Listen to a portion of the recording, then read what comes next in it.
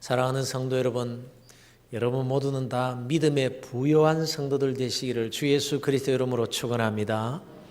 근데 믿음은 오직 하나님께서 우리에게 주시는 은혜요, 또 선물입니다. 그럼에도 불구하고 또 우리는 우리 입장에서는 믿음을 위해서 해야 할 일이 무엇인가, 여기에 대해서 생각해야만 합니다.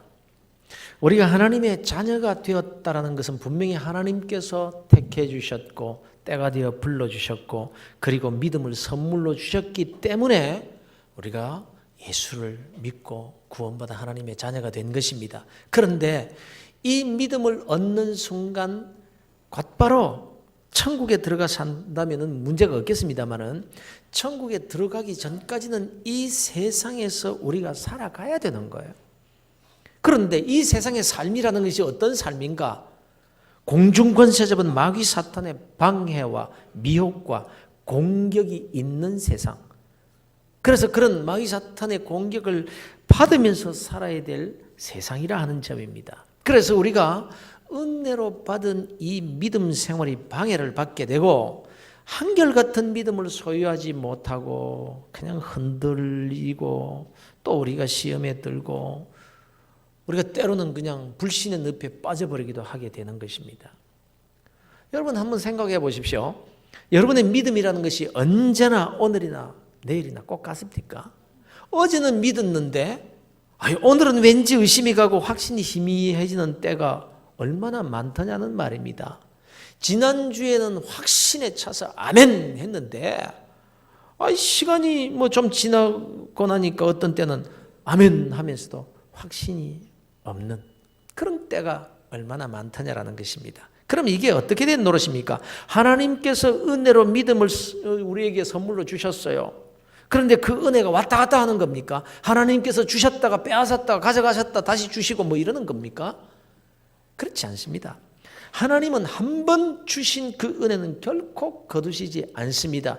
주신 선물을 다시 빼앗아 가시는 분이 아니시라는 것입니다. 그럼에도 불구하고 우리 믿음의 사람들이 이 땅에 사는 날 동안에는 마귀 사탄의 공격으로 말미암아 우리의 믿음이 방해를 받고 흔들리기 때문에 이게 문제가 되는 거예요. 이런 이유에서 오늘 메시지의 제목을 우리가 믿음을 위해서 할 일이 무엇인가라는 이런 주제로 삼은 것입니다. 더 정확하게 말하자면 우리가 받은 이 믿음을 어떻게 잘 지키고 또 어떻게 더 든든히 세울 수 있을 것인가, 여기에 대한 점을 살펴보자라는 것입니다. 세례 요한이 누군지 잘 아시죠? 세례 요한은 예수님보다 6개월 먼저 이 세상에 태어나서 예수님의 길을 예비하는 그런 역할을 한 선지자입니다. 우리 주님께서 그 세례 요한을 가리켜서 여자가 낳은 자 중에서 세례 요한보다 큰 이가 일어남이 없다라고 말씀하십니다. 이럴 정도로 대단한 인물입니다. 그렇다면 세례 요한이라는 인물이 얼마나 대단한 인물이냐? 여러분 성경에 기록된 인물들이 참 많습니다. 위대한 인물들이 많잖아요. 아브라함, 이삭, 야곱, 이들은 다 믿음의 조상들이라고 일컫는 사람들입니다. 자, 또 누가 유명하죠? 모세, 여호수아, 다윗, 신약에서는 베드로나 12사도, 그리고 그 유명한 바울사도. 그런데 여자가 낳은 자 중에 세례 요한보다 큰 자는 없다라고 주님께서 말씀하셨어요. 그러니까 그 어떤 인물도 그 어떤 위대한 자도 세례 요한과는 비교 대상이 안 되는 거예요. 도대체 세례 요한이 어떤 사람이기에, 세례 요한이 무슨 일을 그렇게 했기에 그토록 대단한 인물일까? 성경의 역사에서 세례 요한이 왜 그렇게 대단한 인물이냐 하면요, 13절에 보면 이렇게 말씀하고 있습니다. 모든 선지자와 율법이 예언한 것은 요한까지다. 구약의 모든 그 선지자가 한 말씀들, 그 예언의 말씀이 요한까지다. 오리라 한 엘리야가 곧 이 사람이다, 이렇게 말씀하고 있어요. 이게 무슨 뜻인가 하면요, 구약 성경에 기록된 내용, 구약 성경에 기록된 모든 예언의 말씀이 요한의 활동까지 마무리된다 이 말입니다. 주님께서 오리를 한 엘리야가 곧 이 사람이라고 하시면서 엘리야를 세례 요한에게 빗대어 이렇게 말씀하십니다. 그러면 이 엘리야가 누굽니까? 예수님이 변화산에 오르셨을 때에 베드로와 요한과 야고보가 본 장면을 여러분 기억하십니까? 예수님께서 변화되시는 그 모습을 볼 때에 거기에 누가 나타났지요?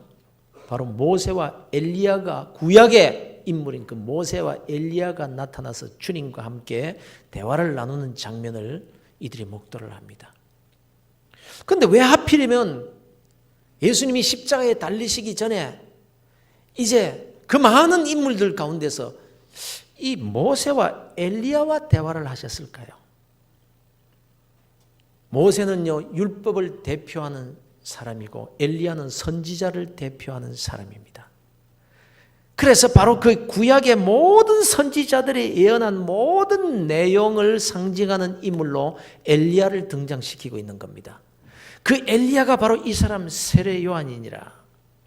구약의 모든 예언과 메시지가 세례 요한에게 집중되어 있고 세례 요한이 선지자로서 마지막 선지자로서 말하는 것으로 구약의 메시지가 종결된다는 그런 의미인 것입니다. 그래서 세례 요한이라는 인물은 어마어마한 인물인 겁니다. 모든 구약 성경의 말씀, 그 선지자들의 모든 메시지를 종결짓는 선지자이기 때문에 주님께서 여자가 낳은 자 중에 세례 요한이 가장 큰 자다, 이렇게까지 말씀하신 것입니다. 그런데 그런 어마어마한 인물인 세례 요한이 뭐라 그러고 죽습니까?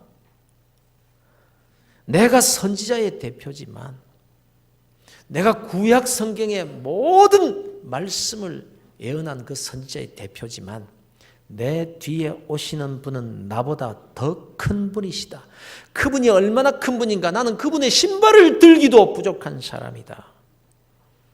그분 바로 메시아요, 그분을 위해서 구약 성경이 다 기록되고 구약의 역사가 존재하는 것이고 선지자가 그래서 필요한 것이며, 그분의 나타나심을 위해서 나라는 이 선지자로 구약의 모든 선지를 대표하는 자인 나 같은 사람이 필요한 존재가 바로 그분 때문이다.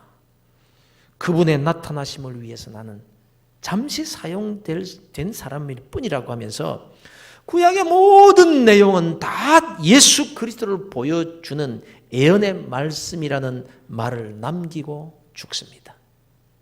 그래서 짧은 삶을 살았지만 몇 마디 안 하고 갔지만 구약의 모든 역사를 한마디로 예언한 사람이요, 모든 선지자를 대표하는 인물이 바로 세례 요한인 것입니다. 그런데 사람 중에 가장 크다고 일컬음을 받은 이 세례 요한이 감옥에 갇혔을 때였습니다. 세례 요한의 제자들이 세례 요한을 찾아와서 예수님에 대한 이런저런 얘기를 합니다. 그 말을 듣고 세례 요한이 제자들을 예수님께로 보내요. 그리고 이렇게 물어보라고 합니다. 오실 그이가 당신입니까? 우리가 다른 분을 기다려야 됩니까? 너희들이 가서 물어봐라. 이렇게 말합니다. 자, 여기서 보십시다. 세례 요한이 왜 자기의 제자들을 예수님께 보내서 당신이 메시아가 맞습니까? 아닙니까? 아니라면 다른 사람을 기다릴까요? 이렇게 묻게 했겠느냐라는 것입니다. 세례 요한이 의심이 나서, 그래서 확신이 흐려져서 그 제자들을 가서 그걸 물어보게 한 것일까요? 그렇지 않습니다. 왜 그렇습니까? 만일 세례 요한이 의심이 난다거나 자신의 제자들을 보내서 다시 확인해야 될 정도로 자기가 확신이 없었다면은 그 사실을 전지하신 주님께서 먼저 알고 계셨을 것입니다. 그런데 세례 요한의 제자들이 예수님께 갔을 때 내 스승이 지금 의심하고 있구나, 이렇게 말씀하시지 않았습니다.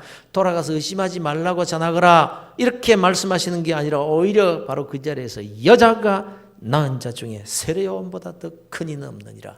너희의 스승 그 세례 요한이 이 세상에 태어난 사람 가운데 가장 큰 자니라, 이렇게 주님께서 말씀하셨거든요. 그러니 세례 요한이 의심이 나서 다시 확인하기 위해서 자기 제자들 주님께 보내신 것이 아니라 다른 목적이 있었던 것입니다. 그렇다면 왜 세례 요한이 그의 제자들을 예수님께 보냈던 것일까요? 오늘 본문 말씀 2절에 보면요, 요한이 옥에서 그리스도께서 하신 일을 듣고 제자들을 보냈다라고 이렇게 말씀하죠. 요한이 옥에서 예수님에 대해서 누구에게 들었겠습니까? 바로 그 제자들에게 들은 거예요. 당시 세례 요한은요, 정말 굉장한 사람이었습니다. 세례 요한이 유대 광야에서 막 외칠 때에 예루살렘과 유대와 사방에서 사람들이 몰려와서 죄를 자복하고 그 요한에게 세례를 받았습니다. 세례 요한은 왕도 함부로 할 수 없는 인물이었습니다. 선지자였어요. 헤로드 왕의 부도덕을 지적했을 때에 헤로드 왕이 세례 요한을 죽이고 싶었지만 곧바로 시행치 못했던 이유가 뭐냐? 마태복음 14장 5절에서 이렇게 기록하고 있습니다.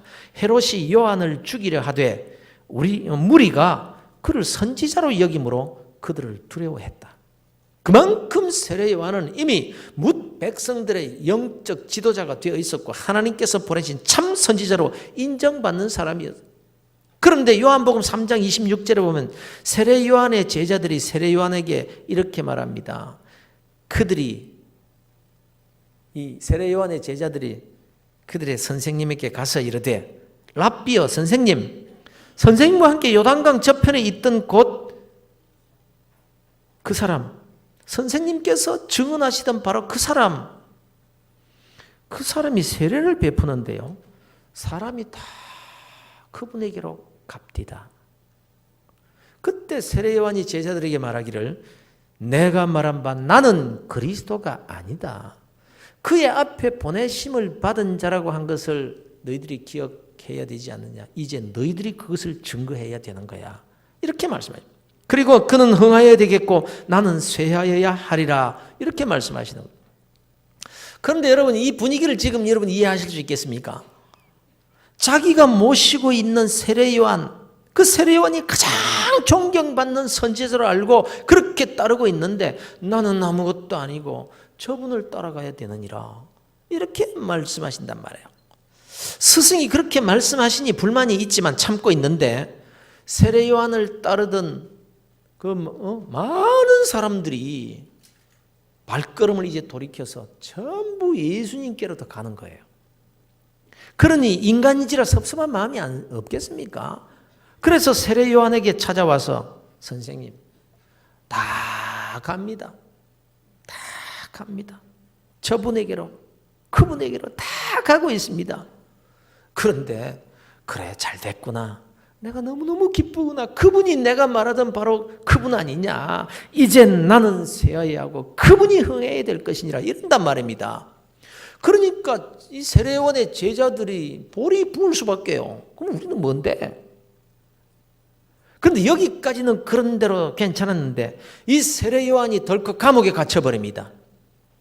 그렇게 존경하던 스승은 감옥에 갇혔습니다. 그리고 그를 따르던 사람들은 전부 예수님께로 다 가버렸습니다.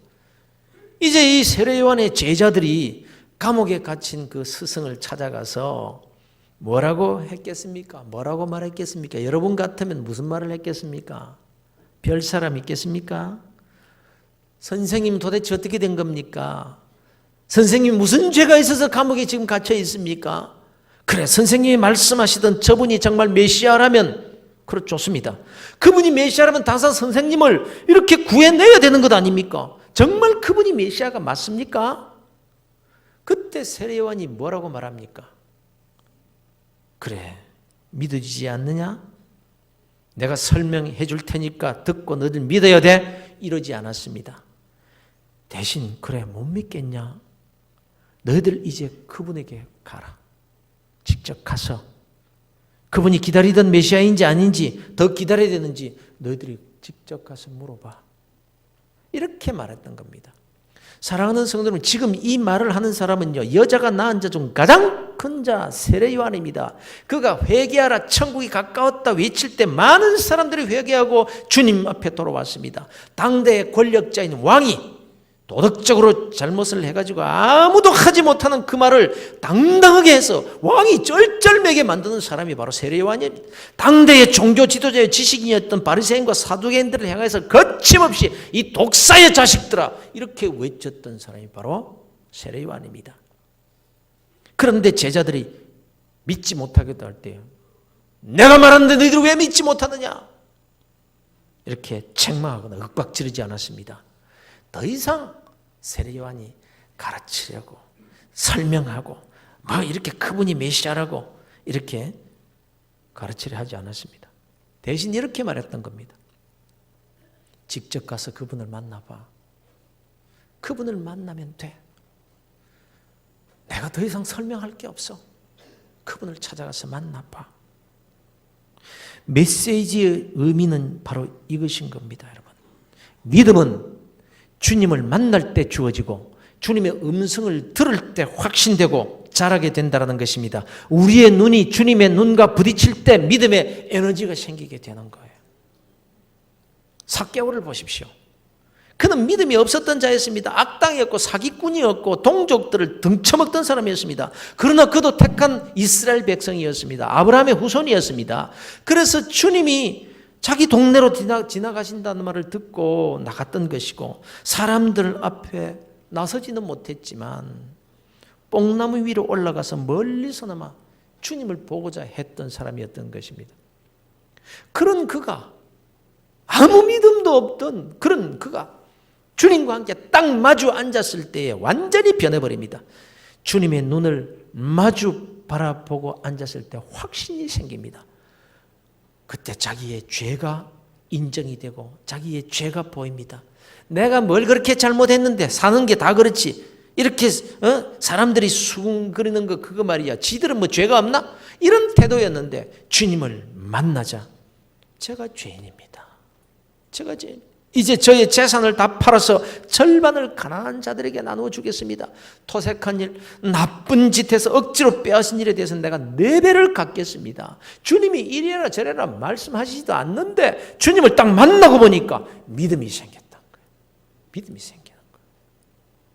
사랑하는 성도 여러분, 여러분의 신앙의 수준은 어느 정도라고 스스로 생각이 되십니까? 이미 은혜로 예수 그리스도를 구주로 믿어서 의인의 신분으로 지금 이 자리에 나오셨습니다. 이미 믿음의 사람들입니다. 그러나 여러분 지금 그 믿음으로 만족하십니까? 예.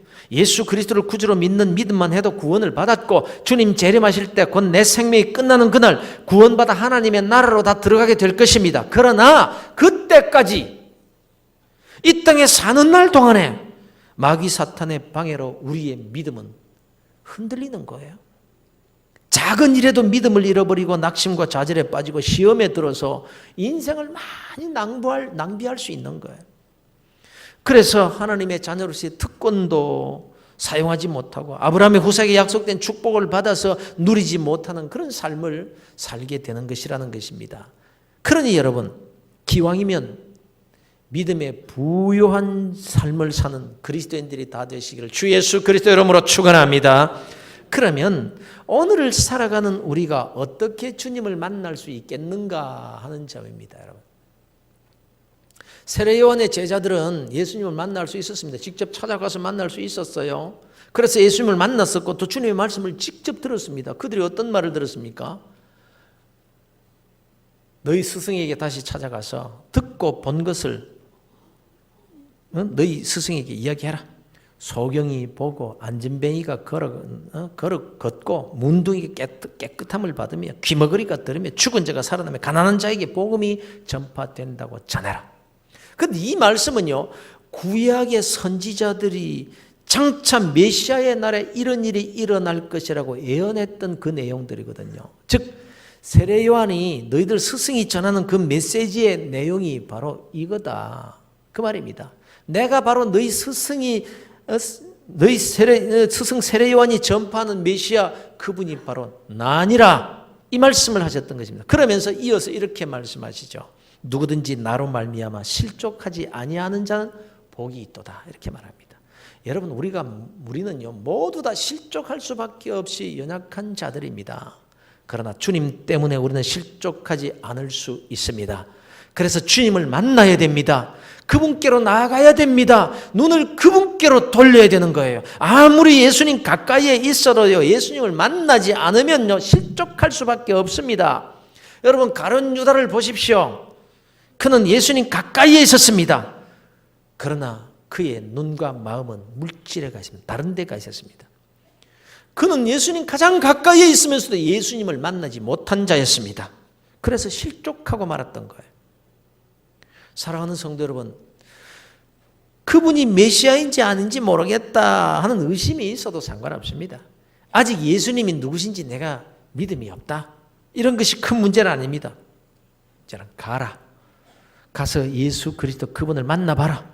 그러면 너희가 믿게 될 것이니라. 설명이 필요 없다. 그분을 만나라. 이 세례 요한의 말을 여러분 기억하시기 바랍니다. 주님을 만나야 돼.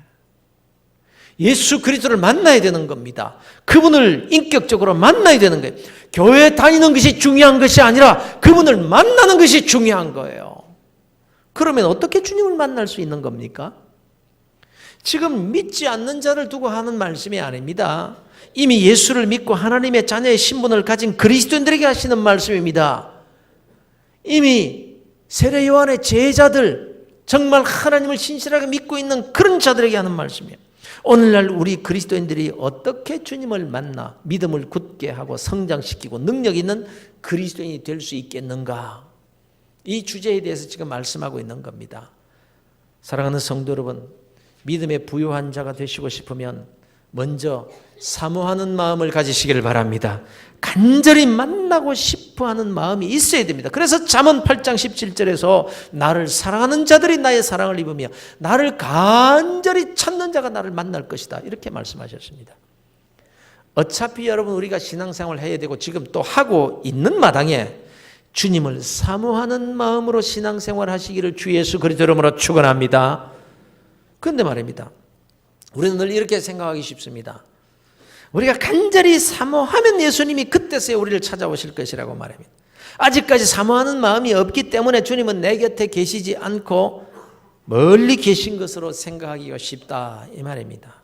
그러나 성경은 그렇게 가르치지 않습니다. 죄인이 먼저 주님을 찾는 법이 없습니다. 언제나 주님이 먼저 우리를 찾아오십니다. 언제나 그렇습니다. 삭개오를 먼저 찾아오신 분도 주님이셨습니다. 도망친 베드로를 다시 찾아가셨던 분도 예수님이셨습니다. 언제나 주님은 우리에게 먼저 찾아오셔서 문을 두드리시는 그분이 바로 우리 주님이십니다. 볼지어다 내가 문 밖에 서서 두드리노니 누구든지 내 음성을 듣고 문을 열면 내가 그에게로 들어가 그와 더불어 먹고 그는 나와 더불어 먹으리라. 내가 주님을 사모하기 전에 실상은 주님께서 나를 사모하셔서 언제나 내 곁에 와서 문을 두드리고 계신다는 거예요. 다만 찾아오시는 그 주님을 언제나 우리가 외면하고 살 뿐입니다. 늘 내 영혼의 문을 두드리실 때마다 우리는 주님을 문전박대했습니다. 얼마나 수많은 세월 동안 우리를 찾아오셔서 아니 늘 문 밖에 계시면서 두드리고 계십니다. 그때마다 우리가 거절할 때마다 우리 주님은 초라한 모습으로 우리 인생의 문 밖에 서서 기다리고 계십니다. 비가 오면 비를 받고 눈이 오면 눈을 맞으면서 추위에 떨면서 더위에 견딜 수 없는 그런 모욕을 받으시면서 언제나 우리 인생의 문 밖에서 기다리고 계십니다. 그런데 지금 우리는 세례 요한의 제자들이 주님을 만났던 그 방법으로 만날 수가 없습니다. 왜냐하면 그때는 주님께서 육신의 몸으로 세상에 계셨고 지금은 부활하신 영원한 몸으로 하늘에 계시기 때문에 그렇습니다. 그러니 우리는요, 이 세례 요한의 제자들보다 더 영화로운 주님을 만날 수 있게 된 거예요. 그때는 요단강이 있는 저 팔레스타인에서만 만날 수 있었지만 지금은 언제 어디에서나 만날 수 있습니다. 왜냐하면 주님은 이제 성령으로 우리를 만나 주시기 때문입니다. 성령님은 육체가 아닌 영이시기 때문에 언제 어디에서나 계실 수 있는 분이십니다. 집에도 계시고 직장에도 계시고 우리가 어느 곳에 있든지 계시지 않은 곳이 없으신 무소부재하신 바로 주님. 그래서 우리에게 간절히 사모하는 마음은 있다면 언제 어디서나 만날 수가 있다라는 것입니다. 그래서 우리 주님께서 부활하셔서 승천하시기 전에 사람들에게 이렇게 말씀하셨습니다. 주님 이제 우리의 왕이 되어주셔야죠. 이제 메시아로 오셨으니까 이제는 정말 우리의 왕으로 이 세상에 영원히 우리와 함께 사셔야지요. 그게 소원이었지만 주님께서 이렇게 말씀을 아니야, 나는 가야 돼. 내가 가는 것이 너희에게 유익이란다. 왜냐하면 내가 지금 부활했지만 육신의 몸으로 이 땅에 있을 동안에는 팔레스틴 여기밖에 못 있잖아. 저 한국에 있는, 부산에 있는 하나님의 자녀에게는 내가 못 가잖아. 거기에 가면 미국에는 못 가잖아. 그래서 내가 가서 보혜사 성령을 너희에게 보낼 것이니라. 그래서 내가 가는 것이 너희에게 더 유익이니라. 그래서 주님께서는 승천하셔서 하나님의 우편에 계시고 이제 그 주님께서는 성령으로 이 땅에 오신 것입니다. 그래서 지금도 우리와 함께 계신 주님, 그분이 바로 성령님이신 것을 믿으시기를 바랍니다.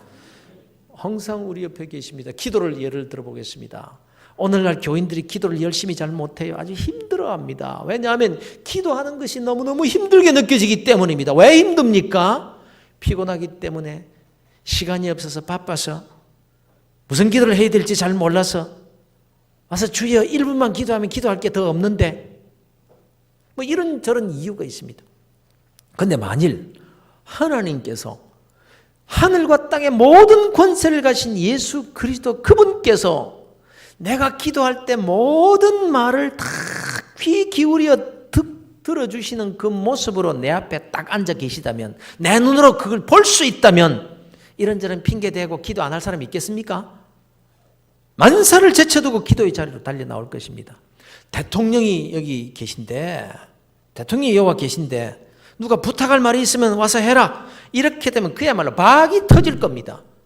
인산인해가 아니라 1년을 기다려도 내 차례 아마 오지 않을 거려. 그러니 여러분, 만왕의 왕이신 주님이 내 앞에서, 전능하신 그 주님, 만왕의 왕이신 그 주님께서 내가 하는 모든 말을 다 들으시고 내 기도를 다 듣고 계시는 모습이 내 눈앞에 딱 보인다면 기도하기를 힘들어하는 사람이 있겠습니까? 그런데 여러분, 로마서 8장 26절에서 이렇게 말씀합니다. 우리는 마땅히 기도할 바를 알지 못하나 오직 성령이 말할 수 없는 탄식으로 우리를 위하여 친히 간구하시느니라. 우리가 기도하기 힘들어하고 뭘 기도해야 될지도 몰라서 정말 해야 할 기도는 못하고 자꾸 기도해라 하니까, 직분자로서 내가 이 교회의 직분자가 됐으니까 뭐 안 나올 수도 없고 해서 나와 앉아있기는 하지만 주여 하고 나면 기도할 게 없어요. 그렇게 졸다가 돌아갈 때가 많습니다. 그러니까 갈등이 생기는 거예요. 내가 아직까지 이런 상태는 꼭 내가 형식적으로 나와야 되나? 이거 위선이 아니냐? 갈등이 생기는 거예요. 그래서 기도가 더 힘들어지고 더 귀찮고 더 싫은 거예요. 그런데 주님의 영이신 성령님께서 우리가 기도할 때 다 듣고 계시는 정도가 아니라, 우리가 그렇게 끙끙대며 갈등하며 기도도 제대로 하지 못하고 해야 될 기도는 못하고 엉뚱한 기도만 하고 있을 때 그 연약함을 내 곁에서 다 하시고 보시면서 탄식하며 우리를 위해서 대신 기도해 주신다고 지금 말씀하고 있는 것입니다. 내가 힘들어하는 것보다 주님께서 내 곁에서 더 힘들어하시면서 그렇게 나를 위해서 도구의 기도를 해 주신 주님, 그 주님이 지금 내 곁에 계시다는 거예요. 지금 이 자리에서도 나 예배드리는 모습을 보고 하나님의 말씀을 듣는 나의 태도를 보고 탄식하시면서 그렇게 우시는 우리 주님, 그런가 하면 또 어떤 자들을 보시면서는 너무너무 기뻐서 그래 고맙다 하시면서 내 곁에 계시는 그 주님, 그 주님을 여러분은 꼭 만나시기를 주 예수 그리스도 이름으로 축원합니다. 사랑하는 성도 여러분, 이렇게 우리 주님은 늘 내 곁에 계시면서 내 마음의 문을 두드리고 계십니다. 그런데 내가 마음의 문을 열지 않을 뿐이라는 겁니다. 그리고는 세상 미혹에는 문을 활짝활짝 잘도 열어줍니다. 주님을 영접하고 모셔야 될 그 자리에 자꾸 세상의 것들이 들어와서 자리를 잡습니다. 그래서 점점 믿음이 흔들립니다. 순종이 안 됩니다. 머뭇머뭇합니다. 하나님도 믿어지고 예수 그리스도를 구주로 믿고 있음에도 불구하고 믿음대로 순종이 안 돼요. 사랑하는 성도 여러분, 여러분 믿음이 약하십니까? 믿음이 부족하다고 생각되십니까? 그렇다면 주님을 만나서 믿음을 굳게 할 수 있는 길이 우리에게 열려 있습니다. 로마서 10장 17절에서 이렇게 말씀합니다.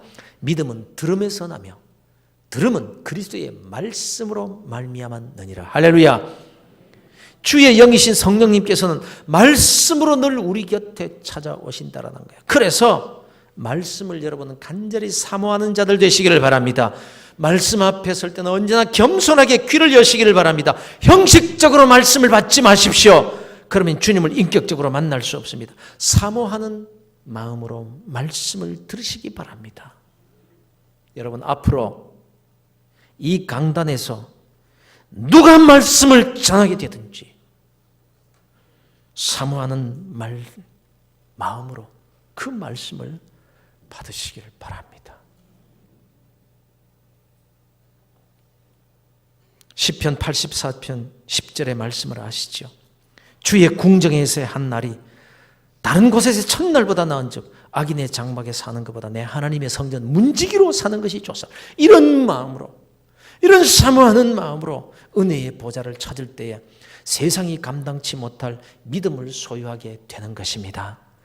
구원받는 믿음은요, 은혜로 받았지만 그 믿음을 능력 있는 믿음, 하나님의 말씀에 순종하여 축복의 자리까지 나아가게 되는 그 믿음, 아브라함의 후사에게 맡겨주신 시대적 사명을 감당할 수 있는 그 믿음은요, 우리가 주님을 만나기 위한 마음의 소원이 있어야 되고 간절함이 있어야 되고, 그리고 말씀을 받을 때 우리의 태도가 중요하다는 것을 여러분 기억하시기를 바랍니다.